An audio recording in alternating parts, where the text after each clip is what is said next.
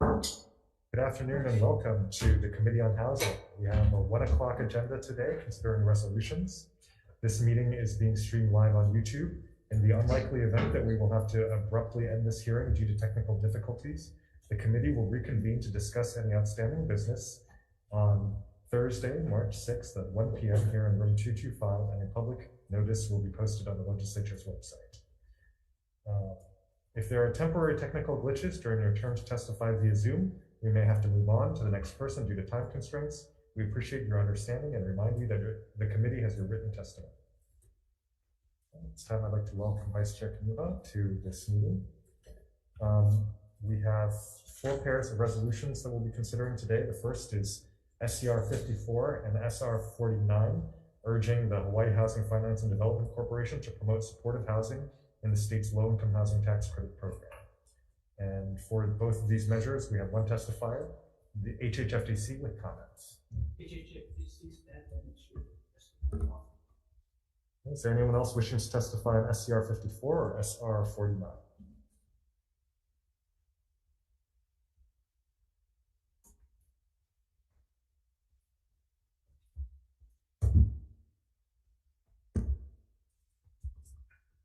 Aloha, Chair, Vice Chair. Angela Melody Young testifying on behalf of CARES in strong support. So this resolution is to amend the qualified allocation plan for low-income housing tax credit program to facilitate supportive housing development. And CARES is just going to provide comments that since this is for a specific kind of housing, right? Supportive housing, and the allocation plan utilizes a point system to facilitate project ranking based on the established evaluation criteria. And the point system is an important component in determining project ranking. So for special housing, it gets 0 to 2 points. And we just want to comment that while you're amending it, you should look at the page 20, criterion 12. For the purpose of the allocation plan, special needs housing means persons who have social problems, age, or physical or mental disabilities impair their ability to live independently, for whom such ability can be improved by with more suitable housing conditions. These are the criteria for the special housing, for the supportive housing. While you're amending the allocation plan, you may want to look at this page 20, because a lot of people like to group together special needs, and it's 2 kinds of disabilities. One is disabilities that are developmental disabilities, intellectual disabilities. So like autism, Asperger's, or Down syndrome. That's the special needs that we usually kind of refer to. That's only one kind of disability. The other kind of disability is what the federal HUD defines chronically homeless as: an unsheltered person with a disabling condition, right? So these sorts of disabilities, they suffer from a debilitating condition, whether it's a substance abuse disorder or a back injury that debilitates them from functioning normally in society. So there, you can see that there are 2 separate kinds of disabilities. And I think for the purpose of wraparound support, you're gonna want to seek clarification about this, because it will be it will set up kind of like the requirements, right, for how supportive housing and the wraparound support is defined. Yeah, so thank you for the opportunity to testify. Thank you. Anyone else wishing to testify on SCR 54 or SR 49? Okay. I'd like to welcome Senators Awa and Senator Rhodes with me. Here he is. Members, do we have any questions for the testifiers? If not, the chair has some questions for HHFDC.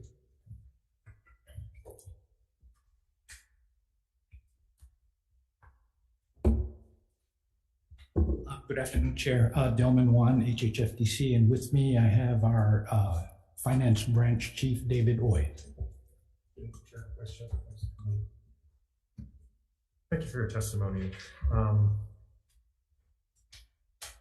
Your testimony states the next opportunity to consider changes to the QAP will be in January 2025. Yes. There's no opportunity before January 2025. No, our process for amending the QAP for the next round, which is the 2024 version, the process goes through a rewrite, then it goes to our HHFDC board for draft approval. And then at that time, we have to go through the public hearing process, at which time the public is allowed to offer testimony and to comment on the QAP. And then there is a subsequent revision based on any testimony that comes in if necessary. When will that public hearing take place? We're targeting the summer, June or July, for the public hearing. And the only reason is the way the timeline works to amend the QAP in time for our next funding round at the end of 2023 is to get it done at that time, so it can go through the public hearing process, revised internally, presented to the board one more time for their approval, at which time the public can comment at that time with the board agenda, and then it would be adopted after that and incorporated. So there will be a public hearing and a separate board meeting? Yes. You say in your testimony that in January, HHFDC convened a working group to consider changes for the 2024 to 2025 QAP. Who are the members of this working group? Those are stakeholders, past applicants for financing, developers, nonprofits who are all involved with affordable housing in the past. You have a list of names. Not on me, not with me at the time. Can you furnish that to the committee? Yes, I can.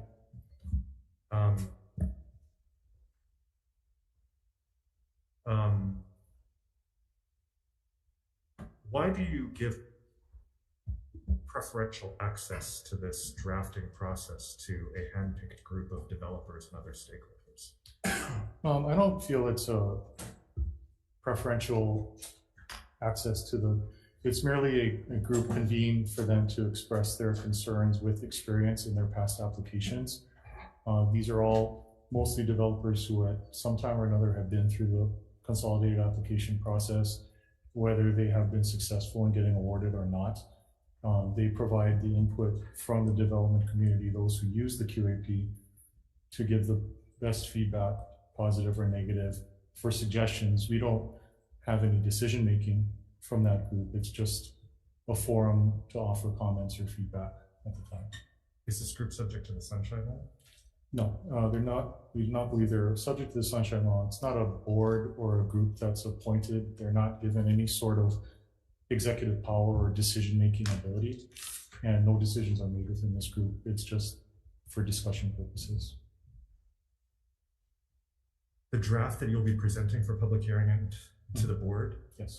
Is that drafted in consultation with this working group? We listen to what they state, but we are not obligated, nor do we make any commitments through the group to incorporate what comes out of their suggestions. We just take their feedback. A lot of the changes we make are both either non-substantive in terms of just spelling or clarification. As far as substantive changes, we don't, even if they were to oppose for one reason or another, we don't take a vote or weigh on their opinion. But we do listen to what they have to say, but we don't incorporate everything that they suggest or everything that they recommend, or anything. So you conduct closed-door meetings with a list of potential beneficiaries of the changes that you're making, who have a pretty clear conflict of interest, in my opinion, in order to listen and take their feedback into consideration for the draft. And you tell the legislature that the next opportunity will be in January 2025, at which time we will consider amendments that could facilitate supportive housing. Well, I mean, I don't perceive the working group as potential beneficiaries. It's more of a feedback based on past usage. Are they permitted to take part in the application process that will be scored? Everybody is. It's open to any applicant. Okay, so they're not forbidden, so they are potential beneficiaries. They could be viewed as that, yes. I'm very uncomfortable with this closed-door consultation process with potential beneficiaries of the system, when, in particular, you're telling the legislature that the next time that you would consider these types of amendments to the QAP would be January 2025.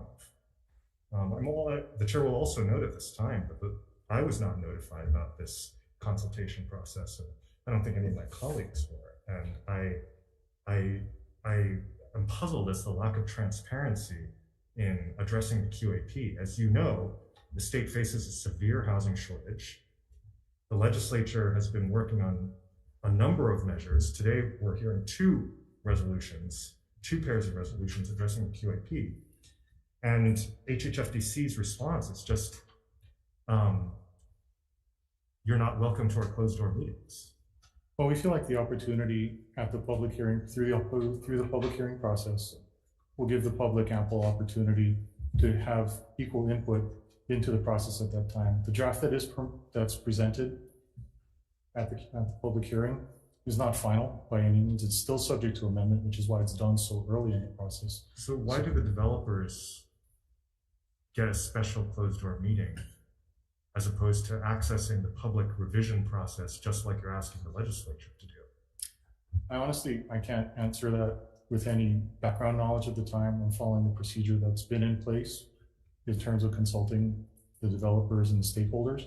They tend to provide the best input on specifically what parts of the QAP would need to be revised, whether it be for clarity, for scoring purposes, or just to make sense. And now you're saying that these self-interested potential future and certainly past applicants are providing the best input when the elected representatives of the people have no input. And so I'm just going to summarize by saying your testimony would be more persuasive if you did not afford this special closed door opportunity for developers to, to change the rules by which they will be applying. Understood. I feel like when I say best, I mean it in the sense of they're the most experienced with using it and been through the process more than others would have been. Thank you. But definitely noted. Thank you. Any other questions, members? I'd like to welcome Senator Aquino to this hearing. Thank you very much. We'll move on to our next pair of resolutions, which is SCR 55 and SR 50, urging Hawaii's congressional delegation to introduce and support legislation to amend Title 6A of the Social Security Act to allow temporary assistance for needy families funds to be used by states to build transitional supportive housing and affordable rental housing. We have two testifiers registered for these pair of resolutions. First, we have HHFDC in support. And we also have the Department of Human Services with comments. Is there anyone else wishing to testify on SCR 55 and SR 50?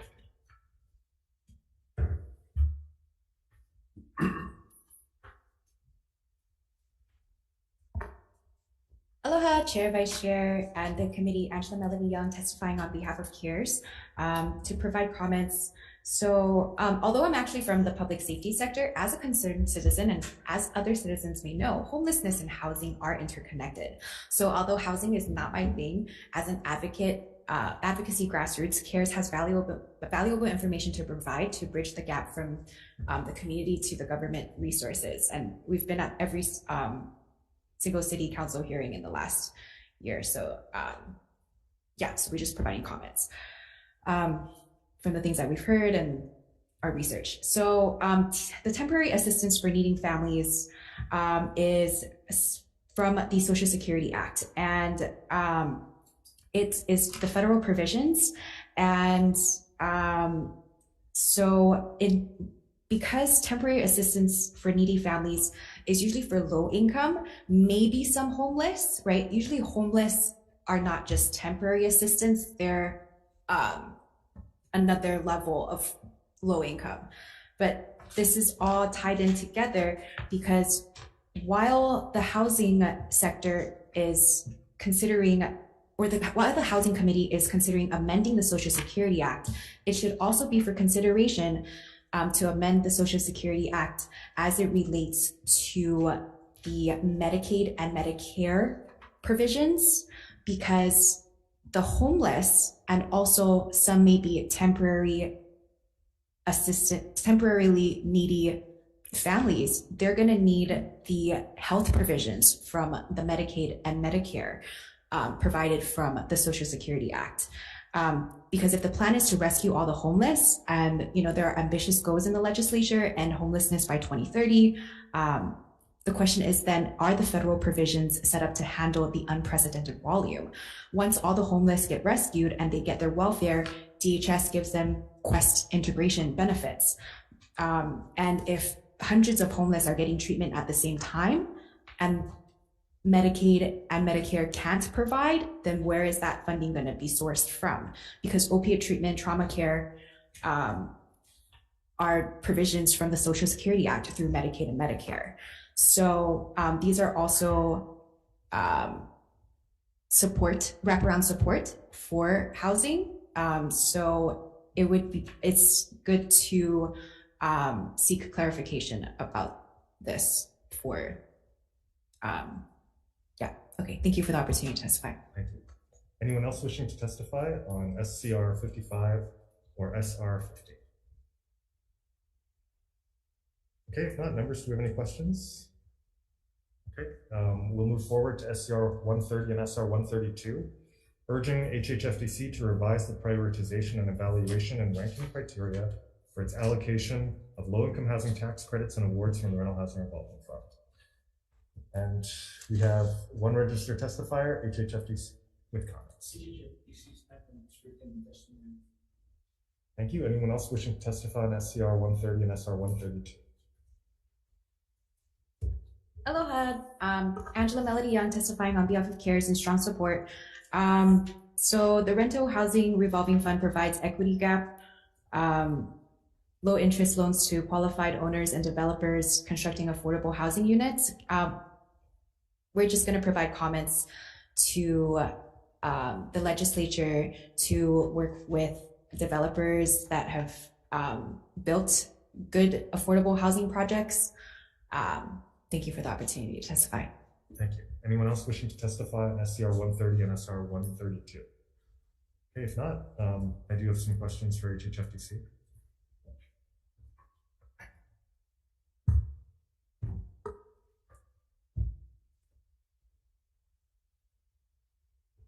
So you stated that you would discuss this proposal with stakeholders during the next review period, which is in 2025, I guess, in your testimony, at the end of your testimony.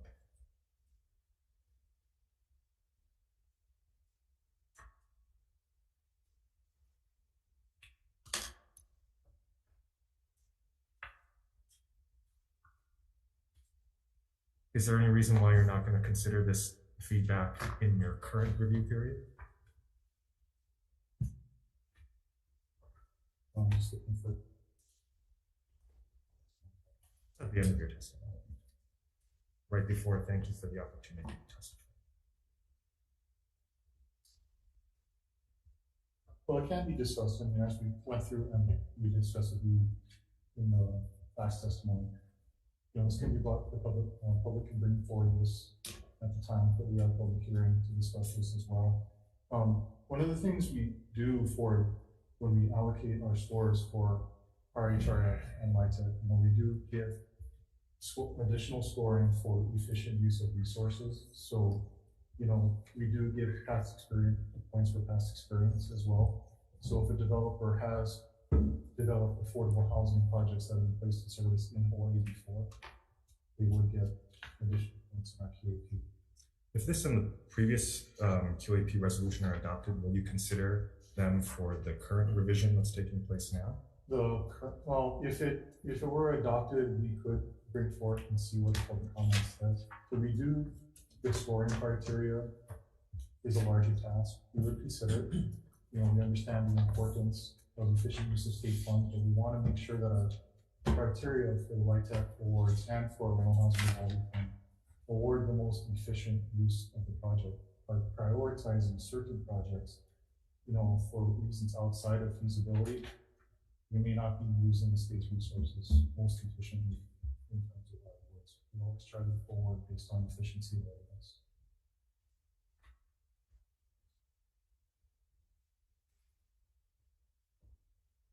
You currently award proposals that are affordable for only a limited period of time, as short as 15 years, as long as 61 years. And you currently give, you know, projects $188,000 a unit on a 53-year loan, and you require them only to charge 100% of AMI, which is above market in many, if not most neighborhoods in the state. Is this the efficiency that you're talking about? Well, yes, and well, the lifetime affordability period is always a minimum 30 years because you have the 15-year affordability period and the 15-year extended use period. Now, the declaration that records, and when we give out our RHRF loans, those are the ones that do extend for up to 50 years. The reason for the extension loan payback period is to keep the projects feasible. These projects have to bring in income in order to pay for operations for even the lowest AMI groups.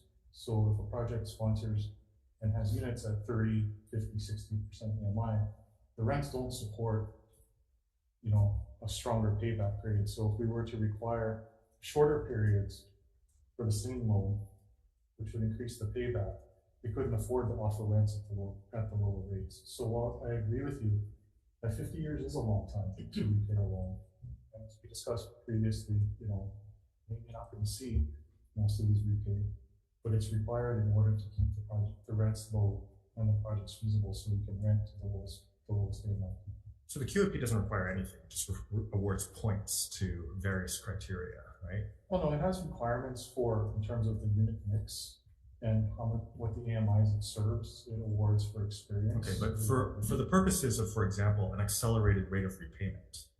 Well, the LIHTC is, the QAP strictly applies to tax credits. Okay, for LIHTC, not for RHRF. Right, but this resolution requests the revision of awards from the Rental Housing Revolving Fund. So that would be separate from the QAP. If we look. So incentivizing early repayment of loans, why is that impossible? It's not impossible. We use that as a discretionary measure. When we do the scoring for the RHRF loans and we look at the overall project, we do evaluate the payback period. In our last awards that we did, or we awarded in 2022, all those projects are budgeted to repay their RHRF in full. And that is something we looked at and we noted to. So while it's not written in the rules or required, we want to remain flexible because depending on the economic environment, interest rate environment that we're in, full repayment may not be feasible in order to ensure that we can offer the lowest rents. And we don't want to affect the housing supply or stop production because we have this requirement. That doesn't make the project feasible for developers. So in other words, you don't require full repayment of these loans. No. You expect to forgive these loans. We don't expect to forgive it. We want to see as much payback as possible. We do try to get them to, they show us a large budget and they show us how much of the surplus they will pay us back. And depending on the feasibility and what we feel like in an evaluation process is fair, we can increase that amount. We can ask them to redo it to show us greater payback at a greater rate. Right? So the Rental Housing Revolving Fund is kind of a misnomer because a lot of it is just free money. Not always. The rate of payback, none of them have come due yet in terms of coming to term. They can be refinanced at some point after the affordability period, which time the loan would be. So you just mentioned that, and that option has been presented to me by lenders, private lenders in the state. How often is that? Do developers actually take advantage of that option to refinance the loan and therefore to repay the taxpayer? I couldn't say for certain off the top of my head. Can you furnish that information to me? Sure. Yeah. Okay, so we've been told that they never take advantage of that option. And as a result, because of the very attractive terms that you're offering, the taxpayer, the money is taxpayer money that you're loaning out. Okay. And because of the extremely attractive terms on that, developers never have an incentive to pay that back with private sector funds. Right. Why is it wrong to incentivize developers to take advantage of that option? I'd still look towards the feasibility and the long-term operations of the project to require a shorter payback period. Increased payments per year would affect the operating income of the project, which directly relates to the rents. You have to charge higher rents. You couldn't have a mix that includes lower rent people in order to make sure that they meet the requirements to pay back this in a certain term. So I think it would really just, depending on the environment we're in, it would affect the supply of housing for the lower end. If this were a market project and you could charge 100% for everyone, 120% for everyone, yes, you could have these monies paid back. But these are affordable housing projects and you have to give terms that are favorable to support repayment based on the population that we want to assist. So the Tier 2 rental housing revolving funds, are those expected to be repaid in full? Yes. Those do have shorter applications we did receive for the Tier 2. These projects show a higher rate of payback. And in terms of the projects we did award, these are being paid back in a shorter term, less than 50 years. Can you share with this committee statistics, the figures of what percentage of payback is expected for the applications that you award rental housing revolving funds for? In terms of going forward, what's like the benchmark I would expect to hit? No, forward? the past ones that The have past been ones. awarded, yeah. Okay. Yeah, we can show some trending on that for sure. The terms have changed over time. The terms are not set in stone. I've seen in my short time with HHFDC that depending on when the award period was, the terms of the loan either showed lower or higher interest rates. But for Tier 2, what we did was, because this is a different market, different AMI rental, we did make the rental housing revolving fund interest rates higher for the developer on these projects. Are you going to did you require 100% payback? We didn't require it. What percentage did you require? We don't have a specific requirement threshold that we require. Most of the developers that come in with their applications, previously, they do realize that they get more favorable scoring or evaluation with that. As I mentioned, last year's applicants, all the awardees, most of them did, I'd say at least half of them, came in penciling out a budget that paid it back at the end of the term. And all our awardees that we gave funds to are slated to pay back 100% based on the award action. And then the Tier 2 as well, they also, all 4 of the awardees are paying back the rental housing. Okay, so are you okay then with incentivizing full repayment of rental housing revolving fund?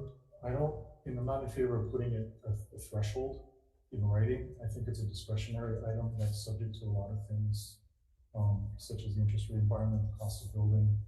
But I think we have made it known to applicants when we are scoring them and we are announcing awards that this is a criteria, and we've spoken about it in award meetings for our board, that we have made note that this particular project or that particular project is expected to pay back its loan in full. I mean, I sure hope that every single award is paid back in full. These are taxpayer dollars. Yes.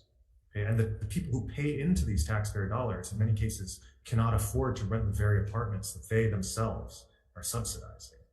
So I just ask that the agency be very conscious of fiscal responsibility in this instance. Oh yeah, absolutely. I agree with you completely. And I just feel that I agree with you in the sense though that sometimes the cost of having less than 100% repayment is leaving more units affordable so that the project can operate without having the rents have to be increased year over year to accommodate accelerated payback. Thank you. Members, any further questions?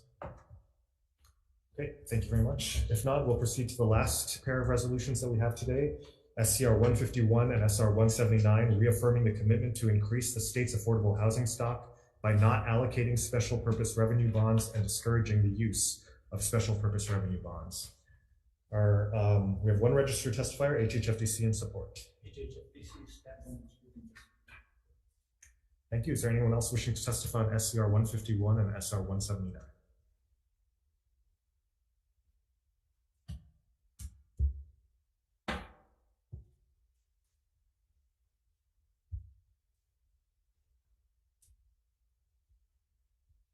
Angela Melody Young testifying to provide comments. We neither support nor oppose the resolution, just providing comments. So for special purpose revenue bonds, thank you for your patience. Let me just pull up the source that I'm going to be reading from, so that I'm reading accurate information and not just retelling hearsay. Okay, so the special purpose revenue bonds are from Chapter 39 in the HRS, and while the state legislature is discouraging the use of special purpose revenue bonds, it could be helpful to look into the chapter because there are other ways that the special purpose revenue bonds can be used. So any issuance of special purpose revenue bonds pursuant to this chapter for a public work project that is subject to Chapter 104, but not directly caused by a governmental contracting agency, shall be promptly reported by the Director of Finance to the Department of Labor and Industrial Relations, so that the Department of Labor and Industrial Relations may carry out its duties from Chapter 104. So just so that there is just collaboration from the non-governmental agencies, right? And not just for HHFDC. I think it's good to look at this chapter and to seek clarification about this. Thank you for the opportunity to testify. Thank you. Anyone else wishing to testify on SCR 151 and SR 179? Okay, seeing none, that brings us to the end of our agenda. We're in recess and we'll come back for decision making.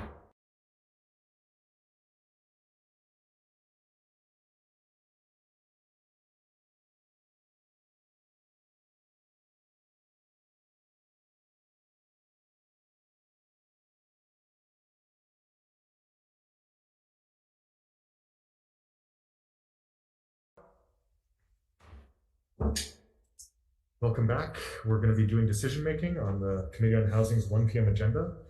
Our first pair of resolutions, SCR 54 and SR 49, urging HHFDC to promote supportive housing in the state's low-income housing tax credit program. The chair's recommendation will be to pass this measure unamended. Any discussion or questions, members? Okay, if not, again, for SCR 54 and SR 49, recommendation is to pass unamended. Chair votes aye. Chair votes aye. Vice Chair votes aye. Senator Tino. Aye. Senator Rhodes. Aye. Senator Awa. Aye. 5 ayes. Recommendation is adopted. Thank you. Our second pair of resolutions is SCR 55, SR 50, urging Hawaii's congressional delegation to introduce and support legislation to amend Title 4A of the Social Security Act to allow temporary assistance for needy families funds to be used by states to build transitional supportive housing and affordable rental housing. Okay, so the chair's recommendation will be to pass this measure unamended, and also note in the committee report DHS's request for additional HUD funding and the likelihood of TANF eligibility requirements for future potential TANF financed housing. Members, any discussion or questions? Seeing none. So for SCR 55 and SR 50, chair's recommendation is to pass unamended. Chair votes aye. Chair votes aye. Vice Chair votes aye. Senator Tino. Aye. Senator Rhodes. Aye. Senator Awa. Aye. 5 ayes. Recommendation is adopted. Thank you. Next, we have SCR 130 and SR 132, urging HHFDC to revise prioritization and evaluation and ranking criteria for allocation of low-income housing tax credits and awards from the Rental Housing Revolving Fund. Chair's recommendation would be to pass this measure unamended. Discussion? Questions? Okay, seeing none. Again, for SCR 130 and SR 132, recommendation is to pass unamended. Chair votes aye. Chair votes aye. Vice Chair votes aye. Senator Tino. Aye. Senator Rhodes. Aye. Senator Awa. Aye. 5 ayes. Recommendation is adopted. Thank you. And our final pair of resolutions is SCR 151, SR 179, reaffirming the commitment to increase the state's affordable housing stock by not allocating special purpose revenue bonds and discouraging the use of special purpose revenue bonds. Chair's recommendation will be to pass this measure unamended. Any discussion or questions? Okay.